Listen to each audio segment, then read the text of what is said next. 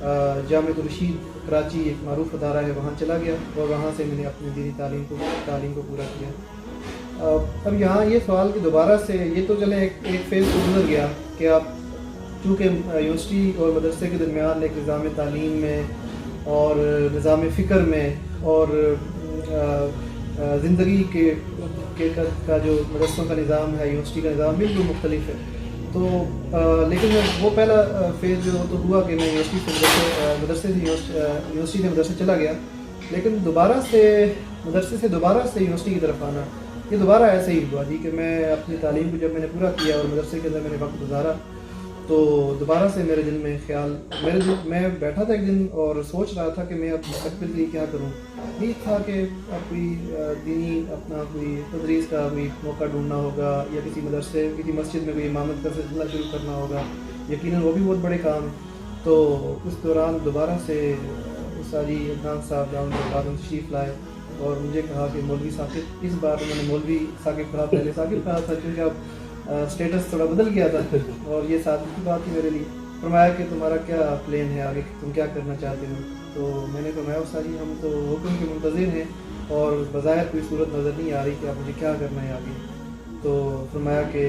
تمہیں جا کے دوبارہ سے تعلیم حاصل کرنی ہوگی، تمہیں دوبارہ سے تحقیق کرنی ہوگی، تمہیں اپنی تعلیم کو پورا کرنا ہوگا۔ اگرچہ یہ چیز بہت مشکل تھی، مدرسے کے قیام کے دوران تو ہم قرآن، حدیث، فقہ، اصول فقہ، منطق، بلاغت اور ایسے علوم میں گرے ہوتے ہیں کہ وہاں پر کوئی ان چیزوں کا اس تصور بھی نہیں ہے۔ تو لیکن چونکہ استاذ کا حکم تھا اور مدرسوں میں چیز ہمیں بڑے اچھے طریقے سے سمجھائی جاتی ہے اور ہم دل میں یہ بات ہمیں معلوم بھی ہوتی ہے کہ استاذ کے حکم کے سامنے سر تسلیم خام کرنا ہے۔ تو دوبارہ سے جیسے پہلے میں نے جب ایک خیال کیا کہ اب مجھے دین پڑھنا ہے، یہاں پر دوبارہ سے میرے دل میں یہ خیال پختہ ہو گیا اب مجھے جا کے سائنس اور ٹیکنالوجی کے میدان میں کام کرنا ہے۔ تو الحمدللہ اس کے بعد دوبارہ سے میں اپنے ماسٹرز کے لیے ساؤتھ کوریا آ گیا اور مجھے اسکالرشپ مل گیا۔ یہاں پہ میں نے ایم ایس ڈسپلے انجینئرنگ کے اندر مکمل کیا کیمبرج نیشنل یونیورسٹی سے، اور پھر میں جے یو نیشنل یونیورسٹی چلا گیا، وہاں سے میں نے اپنی مٹیریل اینڈ الیکٹرانک انجینئرنگ کے اندر میں نے اپنی پی ایچ ڈی لی۔ ڈاکٹر صاحب جامعہ رشید سے آپ نے کتنے فائدے ثمرات حاصل کیے؟ جامعہ رشید میں قیام کے دوران ظاہر سی بات ہے ایک مدرسوں کا کوئی بھی مدرسہ ہو اور اس کا اندازہ آپ کو ثمرات کا اندازہ اگر آپ دیکھنا چاہ رہے ہیں نا تو کوریا کے اندر ان کا بڑے اچھے طریقے سے اندازہ ہوتا ہے۔ اصل میں رمضان المبارک جب آپ کوریا میں گزارتے ہیں، حالانکہ کوریا کے اندر پوری دنیا سے لوگ ہیں اور مسلمان بھی ہیں، عرب کے مسلمان بھی ہیں، یو اے ای سے ہیں، سعودیہ سے ہیں، اردن سے ہیں اور باقی ممالک سے ہیں، کافی تعداد، نیپال، بنگلہ دیش سے بڑی تعداد مسلمان ہیں، انڈیا سے ہیں اور باقی افریقی ممالک سے بھی ہیں، نائجیریا سے۔ لیکن آپ دیکھیں گے کہ رمضان المبارک کے اندر یہاں پر بے شمار جگہوں پہ قرآن سنایا جاتا ہے تراویح کے اندر، اور ان سب جگہوں پہ جو لوگ قرآن سناتے ہیں تقریباً میری معلومات کے مطابق یہ سارے وہ پاکستانی طالب علم ہیں جو یہاں ریسرچ کے لیے آئے ہیں اور انہوں نے اپنے ابتدائی تعلیم کے دوران پاکستان کے مدارس میں حفظ کیا ہوتا ہے اور اس کے ثمرات ہم یہاں پوری کوریا کی سطح پہ دیکھتے ہیں۔ اور میرا ذاتی خیال یہ ہے کہ یہی معاملہ پوری دنیا کے اندر ہے۔ اس سے پاکستان کے مدارس کے نظام اور ان کی جو محنت ہے اس کے اثرات دیکھے جا سکتے ہیں الحمدللہ۔ ڈاکٹر صاحب آپ ایک مدرسے سے تعلیم یافتہ ہیں، پھر سائنس کے ساتھ آپ کی دلچسپی کیوں؟ سائنس کو اگر ہم دیکھیں نا، سائنس کا بنیادی تحقیق، اگر آپ سائنس کے بجائے ہم تحقیق کا لفظ استعمال کریں تو تحقیق کے بنیادی مقصد اس کو اگر ہم پازیٹیو وے میں دیکھیں، مثبت تناظر میں دیکھیں تو اس کا مقصد یہ ہوتا ہے کہ ہم کیسے انسانیت کو، ہیومنٹی کو اس سے فائدہ پہنچا سکتے ہیں۔ جیسے ہم ابھی جس انوائرمنٹ میں بیٹھے ہیں یہاں پر آپ ہمارے جیب میں دیکھیں موبائل ہے، آپ اس سے انٹرویو لے رہے ہیں تو پورا ایک نظام ہے، آپ لائٹس کو دیکھیں رات کا ٹائم، یہ ساری چیزیں سائنس یا تحقیق کی وجہ سے وجود میں آئی۔ تو لیکن اگر ہم اس کو دوسری تناظر میں دیکھیں جو جنگی بنیادوں پہ دیکھا جاتا ہے تو اس کے نقصانات بھی سامنے آتے ہیں، لیکن تحقیق کو اگر مثبت انداز میں کیا جائے تو ہمارا جو اسلام ہے نا، یہ کوئی چند ایک رسومات کا، چند عبادات کا نام نہیں، بلکہ یہ ہمارا اسلام پورے کا پورا ایک زندگی گزارنے کا پورا لائحہ عمل ہے۔ تو لہٰذا یہ بات سوچنا کہ ایک عالم دین ایک اچھا محقق نہیں ہو سکتا، یہ ایک اچھا موقع کہ اچھا عالم دین نہیں ہو سکتا، شریعت یا اسلام ہمیں اس تکلیف سے بہت دور رکھتا ہے. تو لہٰذا میں سمجھتا ہوں کہ ایک عالم دین کے لیے سائنس یا تحقیق کے ساتھ کمیونٹی کے لیے یا امت کے لیے، ملت کے لیے، اپنے ملک کے لیے بہتر خدمات سر انجام دینا یہ کوئی مشکل مرحلہ نہیں ہے. یہی وجہ کہ میں سمجھتا ہوں کہ ہم تحقیقی شعبے میں آ کے بھی امت کے لیے بہتر سے بہتر کردار ادا کر سکتے ہیں. جیسا کہ میں نے آگے اپنے انٹرو میں یہ بات کہی ہے کہ سائنس تحقیق آج بھی قرآن اور سنت کی محتاج ہے. ایسا ہی ہے. ایسا ہی. ڈاکٹر صاحب، پاکستان اور بیرون ملک کے ساتھ ساتھ آپ نے خصوصی کاوشوں سے، ان کی خصوصی کاوشوں سے آپ اس مقام تک پہنچے. آپ کو اس کریڈٹ کن اساتذہ کو زیادہ دینا چاہتے ہیں؟ میری خوش قسمتی رہی ہے کہ میں اپنے اساتذہ کے ساتھ میرا بڑا ہی والہانہ تعلق رہا ہے. آج بھی جب میں یہاں سے جا رہا ہوں تو میری جو آخری میٹنگ اپنے استاد صاحب کے ساتھ ہوئی، اپنے پروفیسر کے ساتھ، میں ہمیشہ عزت سے استاد صاحب ہی کہتا ہوں. تو میں سمجھتا ہوں کہ ہماری اس تحقیق میں یہاں کوریا کی حد تک اگر بات کریں تو ہمیشہ سے ہی ہمارے ان سپروائزرس کا بڑا کردار ہوتا ہے، اور جو ہمارے لیے مختلف طریقوں سے فائنینشلی ہمیں موقع دیتے ہیں کہ بھرپور طریقے سے ہم اس سے فائنینشلی مطمئن ہوتے ہیں کہ سائنس اور ٹیکنالوجی کے اندر جہاں ہمیں مشکلات درپیش ہوتی ہیں وہ 12 گھنٹے بلکہ رات کو، دن کو جب ہمیں ضرورت پڑتی ہے ہم انہیں میسج کر کے اپنی مسائل ان سے ڈسکس کرتے ہیں. تو اس اعتبار سے اگر دیکھیں تو میں سب سے زیادہ جو ہے وہ اپنے جو میرے پی ایچ ڈی کے سپروائزر ہیں میں ان کو سمجھتا ہوں کہ وہ میرے لیے ایک بہت ہی مشفق اور ایک مہربان شخصیت کے طور پہ مجھے اللہ نے نوازا، اور میں ان سے میں نے بہت زیادہ فائدہ اٹھایا. اس کے علاوہ میں جس شعبے میں کام کر رہا ہوں تو اس میں ایک بہت بڑا معروف نام ہے زونگ لن وانگ. پروفیسر زونگ لن وانگ جو چائنا کے ہیں، امریکہ میں ہوتے ہیں. انہوں نے بنیادی طور پہ اس انرجی جنریشن کا جس پہ میں کام کر رہا ہوں، ٹرائبل الیکٹرک، کو انہوں نے فرسٹ ٹائم ڈسکور کیا. تو ان کے جو دائرہ ان کے علم سے بھی میں نے پورا فائدہ اٹھایا. دینی اعتبار سے اگر آپ دیکھیں تو بہت سارے اساتذہ ہیں. دینی اعتبار سے تو ہم کسی ایسے کہہ نہیں سکتے کہ فلاں استاد اچھا ہے یا فلاں نہیں اچھا، لیکن یہ ہے کہ وہاں پر ساری اساتذہ کی مہربانیاں ہوتی ہیں جو شروع سے لے کر آخر تک پڑھاتے ہیں. لیکن میرے جو مینٹور اور میرے لیے جو مشفق والد کی طرح میرے جو استاد محترم ہیں مفتی سید نام خیل صاحب دام وکاتم، تو میں سارا کریڈٹ ان کو دینا چاہوں گا کہ جن کی موٹیویشن سے اور جن کی بھرپور سرپرستی سے میں اس قابل ہوا کہ الحمدللہ میں نے اپنی تحقیق کے میدان میں الحمدللہ اپنے اس کام کو پورا کیا. ڈاکٹر صاحب، حالیہ سرگرمیاں اور یہ جو آپ کا ایوارڈ ہے یہ کس پروجیکٹ کی تحقیق پہ ملا ہے؟ بنیادی طور پہ بہت سارے پروجیکٹ چلتے رہے ماضی کے اندر میری ریسرچ کی کیریئر میں. تو اس میں میرا یہ کام تھا، میرا ٹاسک تھا کہ کیسے میں انوائرمنٹ کے لیے سسٹینیبل انرجی کے حوالے سے کام کروں. اس حوالے سے ہم نے تحقیق کی، اور اس تحقیق کے دوران ہم نے مختلف چیزوں کو دیکھا، ان کے اندر ان کی جو پراپرٹیز ہیں، فنکشنلٹیز ہیں، ان کو ہم نے اسٹڈی کیا. اور اسٹڈی کرنے کے بعد ہم نے کوشش کی کہ بہتر سے بہتر جو اس کی نتائج کے اعتبار سے بہتر چیز ہم دے سکیں سائنس کو. اس اعتبار سے الحمدللہ ہمارے کام کو دنیا کے بڑے معروف پبلشنگ ایجنسیز نے اسے پبلش کیا، اور ان کو فیچرڈ آرٹیکل کے طور پہ اور کور پیج کے طور پہ دیکھا گیا. اور اس کے علاوہ کوریا کے مختلف اخبارات میں بھی اور باقی دنیا میں بھی اسے ہائی لائٹ کیا گیا. یہ ایوارڈ دراصل اسی اعتبار سے مجھے دیے گئے مختلف اوقات میں، جیسا کہ 2021 میں مجھے آنر ایوارڈ دیا گیا، اور حال ہی میں مجھے بیسٹ گریجویٹ اسٹوڈنٹ ایوارڈ دیا گیا. تو یہ دراصل سسٹینیبل انرجی پر کام کرنے کے حوالے سے دیے گئے. آپ کا دوسرا سوال کہ مستقبل کے کیا اہداف ہیں، میں نے آپ کو پہلے بھی یہ ذکر کیا کہ اصل میں ہمارا یہ بڑی مسکنسیپشن ہے اصل میں کہ مجھ سے اب بہت سے لوگ یہ پوچھنا چاہتے ہیں کہ آپ عالم دین ہیں تو اور دوسری بات محقق ہیں، تو آپ کس راستے کا انتخاب کریں گے. اب میں یہ بات کہتا ہوں کہ ان کو الگ الگ کیوں کیا جا رہا ہے،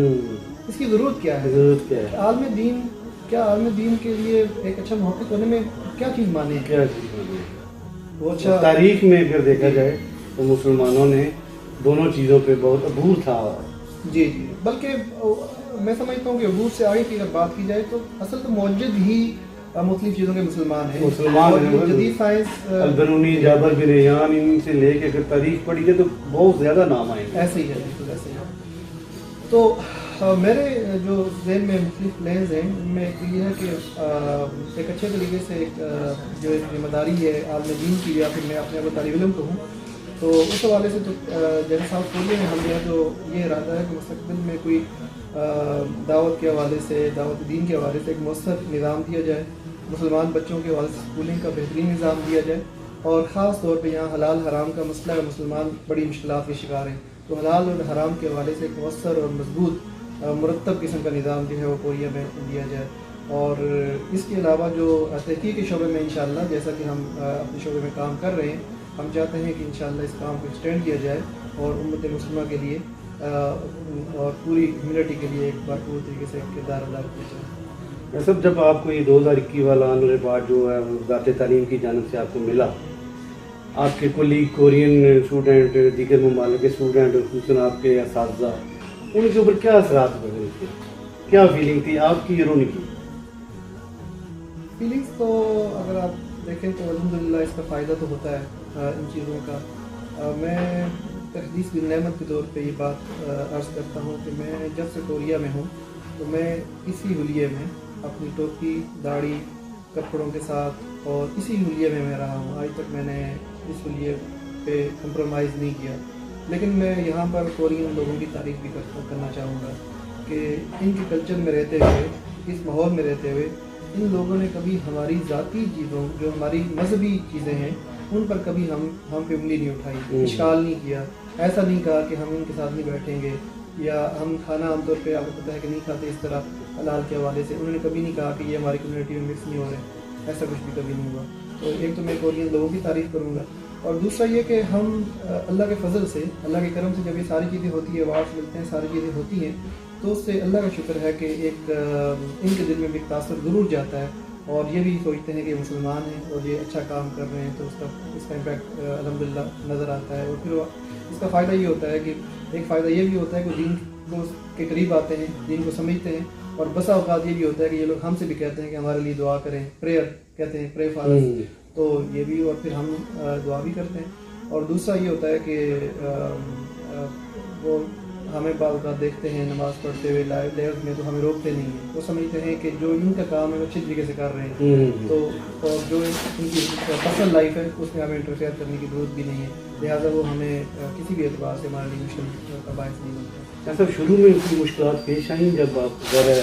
گاڑی تھی، آپ کے کپڑے تھے، درگاہ اسلامی، آپ ایک سارا ڈھانچہ آپ کا اسلامی تھا، شروع میں کوئی مشکلات؟ اس میں فیکٹ یہ ہے کہ مجھے کبھی کوئی مشکل پیش نہیں ہے۔ میں جب سے کوریا میں ہوں، پچھلے 6 سال سے، ہاں پاکستان میں جب میں تھا تو وہاں پر میں کہہ سکتا ہوں کہ بعض جگہوں پہ مسئلہ پیش آتا ہے اور لوگ اس چیز کو مختلف مناظر میں دیکھتے ہیں، لیکن ساؤتھ کوریا جیسے ملک میں جہاں پر ایک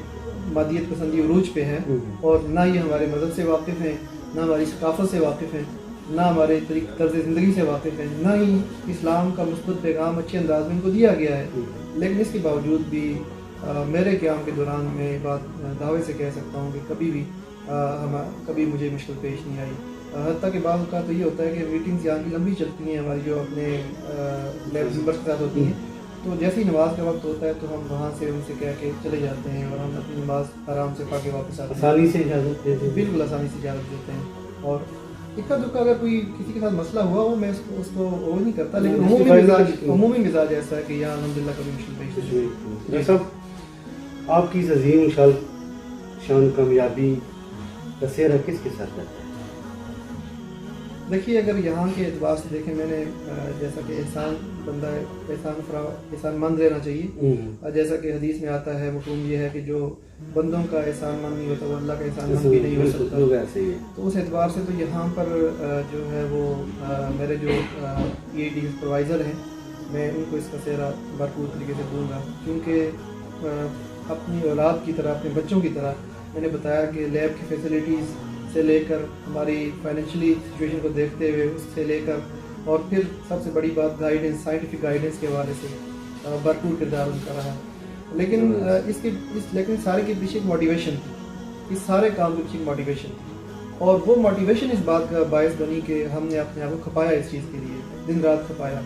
اور وہ موٹیویشن جو تھی وہ میرے استاد محترم حضرت مفتی سید عدنان کا خیر صدام برکاتہ تھی کہ وہ انہوں نے بھی ہمیں اپنے بچوں سے بڑھ کے ہر وقت، جب ظاہر سی بات ہے اس سارے 6 سال کے عرصے میں بہت سے مواقع ایسے آتے ہیں جہاں بندہ ٹینس ہو جاتا ہے، جہاں پر انسان سمجھتا ہے کہ بھائی اب میں یہ کام نہیں کر سکتا، یہ کس کام میں لگ گیا ہوں. وہاں پر ایک ایسا مینٹور تعلیق ضرور ہونا چاہیے جو ہر وقت آپ کے پیچھے جس کا کمر پہ جس کا ہاتھ ہو اور وہ پشت بنائی ہو اس کی، اور وہ ہر وقت یہ کہے کہ نہیں تم کر سکتے ہو، تھپکی ہو جس کو پنجابی میں کہتے ہیں تھپکی لگی اور پھر بندہ. تو اس دوران میں سمجھتا ہوں کہ اس کا کریڈٹ میں پوری طرح ان کو دوں گا. اور دوسری بات کے ساتھ ظاہر سی بات ہے میں سمجھتا ہوں کہ اس میں والدین کی دعائیں میرے ساتھ تھیں، اور خاص طور پہ میرے دادا جان جو تقریباً 2 مہینے پہلے وفات پا گئے، ان کی تہجد کی دعائیں اور ان کے میرے لیے رونا ان کا، وہ الحمدللہ میں سمجھتا ہوں کہ ان ساری کامیابی کے پیچھے. بلکہ میں تو اس چیز پہ یقین رکھتا ہوں کہ بعض بسا اوقات ہماری کوششیں جو ہے نا وہ بھی بہت زیادہ مؤثر نہیں رہتی، لیکن یہ دعائیں جو ہے نا ان میں بڑا اثر ہوتا ہے. یہ انسان کو ایسے سنبھالا ہوا ہوتا ہے جیسے انہوں نے نا دعاؤں میں، اور انسان گرنے نہیں پاتا. جیسے وہ ایک شعر ہے نا کہ نہ جانے کون دعاؤں میں یاد رکھتا ہے، میں ڈوبتا ہوں جی سمندر اچھال دیتا ہے. ڈاکٹر صاحب، کوریا میں پاکستانی طلباء کا مقام کیسے دیکھتے ہیں آپ، یا آپ نے کیسا پایا یونیورسٹی میں؟ ظاہر ہے آپ کا دوسری یونیورسٹی کے طلباء کے ساتھ بھی رابطہ ہوگا. جی پاکستانیوں کا ادھر مقام کیا ہے طلباء کا خصوصی طور پہ؟ میں اس پہ بہت تفصیل سے میں چاہتا ہوں میں موقع ملے میں کسی فورم پہ بات کروں اس حوالے سے، اور دنیا کو بتا سکوں اور پاکستانی لوگوں کو بتا سکوں کہ پاکستانی لوگ کس قدر ٹیلنٹڈ لوگ ہیں. اور یعنی کوریا کے اندر جیسا میں نے بات کی کہ یہاں پر مختلف نیشنلٹیز کے لوگ ہیں، لیکن اس کے باوجود بھی یہاں کے سپروائزرز اور پروفیسرز کی یہ خواہش ہوتی ہے کہ ان کے پاس پاکستانی اسٹوڈنٹس رہیں. اس کی کیا وجہ ہے؟ اس کی وجہ یہ ہے کہ وہ پاکستانیوں کی ان کی جو ذہانت ہے اور ان کی جو اپنے مقصد کے ساتھ لگن ہے اور اپنے کام کو پورا کرنے کے لیے جو وہ جان توڑ کوشش ہے، وہ اس چیز سے بہت متاثر ہے. بدقسمتی یہ ہے کہ ہم پاکستانی اس طرح اپنے ملکی اعتبار سے دنیا میں وہ کام نہیں بنا سکے، یا ہمیں وہ مواقع نہیں مل سکے، یا نظام کی اگر بات کریں تو وہاں پر وہ مواقع نظام نہیں دے سکا. لیکن یہاں کوریا کے اندر عمومی طور پہ مختلف دنیا کی کمیونٹیز میں ریسرچ کے اعتبار سے پاکستانی کمیونٹی ایک اپنا ایسا جاندار مقام رکھتی ہے کہ جو بیان نہیں کیا جا سکتا. اور ہمیشہ یہ خواہش رہتی ہے یونیورسٹی کی اور وہاں کے ریسرچرز پروفیسرز کی کہ پاکستانی اسٹوڈنٹ کے پاس ہوں اور وہ اپنے ریسرچ میں اپنا کردار ادا کریں. ثاقب الاسلام سے قاضی مولانا ڈاکٹر ثاقب الاسلام، کیا فیلنگ ہے ڈاکٹر صاحب؟ یہ محبت تو دراصل دوستوں کی ہے اور وہ اس محبت سے نوازتے ہیں، اور میں تو بہت عاجز اور گناہگار اور ناکارہ آدمی ہوں. بس یہ ہے کہ دعا بھی ہے کہ یا اللہ مجھے اپنی نظر میں چھوٹا بنا اور لوگوں کی نظریں مجھے فی اعین الناس کبیرہ، کہ لوگوں کی نظریں مجھے بڑا بنا. تو بس اللہ جل شانہ نے وہ میرے لیے ایک پردہ رکھا ہوا ہے، پردہ پوشی کا ایک اللہ جل شانہ کی طرف سے معاملہ ہے. باقی جو اصل میں جو خوشی ہے نا، یہ جو سمجھتے ہیں کہ مولانا اور ڈاکٹر یا ڈاکٹریٹ بھی اور ساتھ مولانا بھی، یہ خوشی دراصل اس کی اور وجہ ہے. میں آپ کو بتاؤں یہ بات، اس خوشی کی جو وجہ ہے وہ یہ ہے کہ دراصل وہ لوگ اس قرون اولیٰ کے اس دور کے احیاء کا اظہار ہے یہ خوشی، کہ جب مسلمان سائنسدانوں نے اور مسلمان علماء نے تحقیق کے شعبے میں کام کیا ہے، اور یہ خوشی اس بات کی غماز ہے کہ اب دوبارہ سے مسلمان نوجوان سائنس اور تحقیق کے شعبے میں اپنا وہی مقام لینے کے لیے کوشاں ہیں اور اس بات کی طرف تقدم میں لگے ہوئے ہیں. اور میں سمجھتا ہوں کہ اب ذمہ داریاں مجھ پہ بڑھ گئی ہیں، اور میں سمجھتا ہوں کہ یہ ذمہ داریاں دگنا ہو گئی ہیں کہ اب میں نے جو مسلمان نوجوان مجھے ایک رول ماڈل کے طور پہ دیکھ رہے ہیں کہ اب میں نہ صرف خود اس پہ تحقیقی شعبے مزید آگے بڑھوں، بلکہ اپنے مزید لوگوں کو، اپنے دوستوں کو، مسلمان نوجوانوں کی اس بات پہ ابھاروں کہ وہ سائنس اور تحقیق کے شعبے میں آئیں اور اس میں اپنا بھرپور کردار ادا کریں. جیسے کوریا میں مقیم دیگر طلباء اور آنے والے نئے طلباء کے لیے آپ کیا خصوصی پیغام دینا چاہتے ہیں؟ کوریا میں آنے والے جو میرے دوست ہیں مسلمان، جہاں کہیں سے بھی آئیں، پاکستان سے آئے، دنیا کے باقی ممالک سے آئیں، تو میں ان سے یہ کہوں گا کہ یہاں کوریا میں آ کے کبھی بھی اپنی بنیاد پہ سمجھوتا نہ کریں. ایز اے مسلم ہمیں ایک پورا ایک ڈریس کوڈ دیا گیا ہے، کوڈ آف کنڈکٹ دیا گیا ہے ہمیں ایک پورا لائحہ عمل دیا گیا ہے. یہاں کوریا میں جب آئیں تو اپنے آپ کو ایک ریسرچر کی حیثیت سے صرف نہ لے کر آئیں بلکہ ایک اسلام کے نمائندے کے طور پہ یہاں پر لے کر آئیں. وہ یہ سمجھیں کہ وہ آئے نہیں بلکہ انہیں بھیجا گیا ہے. وہ سمجھیں کہ وہ اللہ جل شانہ کی طرف سے تشکیل پہ آئے ہیں اور جب یہاں سے لوٹیں تو ان کا دل مطمئن ہو کہ جس کام کے لیے میں آیا تھا میں نے اپنی ڈگری بھی پوری کی ہے, اس کے ساتھ ساتھ میں نے دعوت دین کے لیے بھی اپنا بھرپور کردار ادا کیا ہے. اور یہاں پر جب جتنا عرصہ رہیں تو اسلامی شاعر کے ساتھ رہیں. یہ نہ صرف یہ کہ ان کی ڈگری کے لیے دنیاوی اعتبار سے برکتوں کا باعث بھی ہوگا, اس کے ساتھ ساتھ اللہ جل شانہ کی طرف سے رحمت کا باعث بھی ہوگا انشاءاللہ. ڈاکٹر صاحب بہت بہت شکریہ آپ کے قیمتی وقت کا, آپ نے ہمارے چینل کو رونق بخشی. ناظرین, جیسا کہ آپ نے سنا ڈاکٹر صاحب نے کیا کہا کہ اگر آپ کوریا میں تعلیم کے لیے نئے آنے والے طلباء آئیں تو آپ صرف ریسرچ یا تعلیم کے لیے نہ آئیں بلکہ اسلام کے ایمبیسڈر بن کے آئیں, پاکستان کے ایمبیسڈر بن کے آئیں. اللہ تعالیٰ ہم سب کا حامی و ناصر ہو. ڈاکٹر صاحب کے بہت شکریہ. ڈاکٹر صاحب ایک دفعہ پھر آپ کا جزاکم اللہ خیر. آپ نے مجھے موقع دیا اور میں یہ چاہوں گا کہ آپ مستقبل میں بھی اپنے چینل میں ایک خاص وقت رکھیں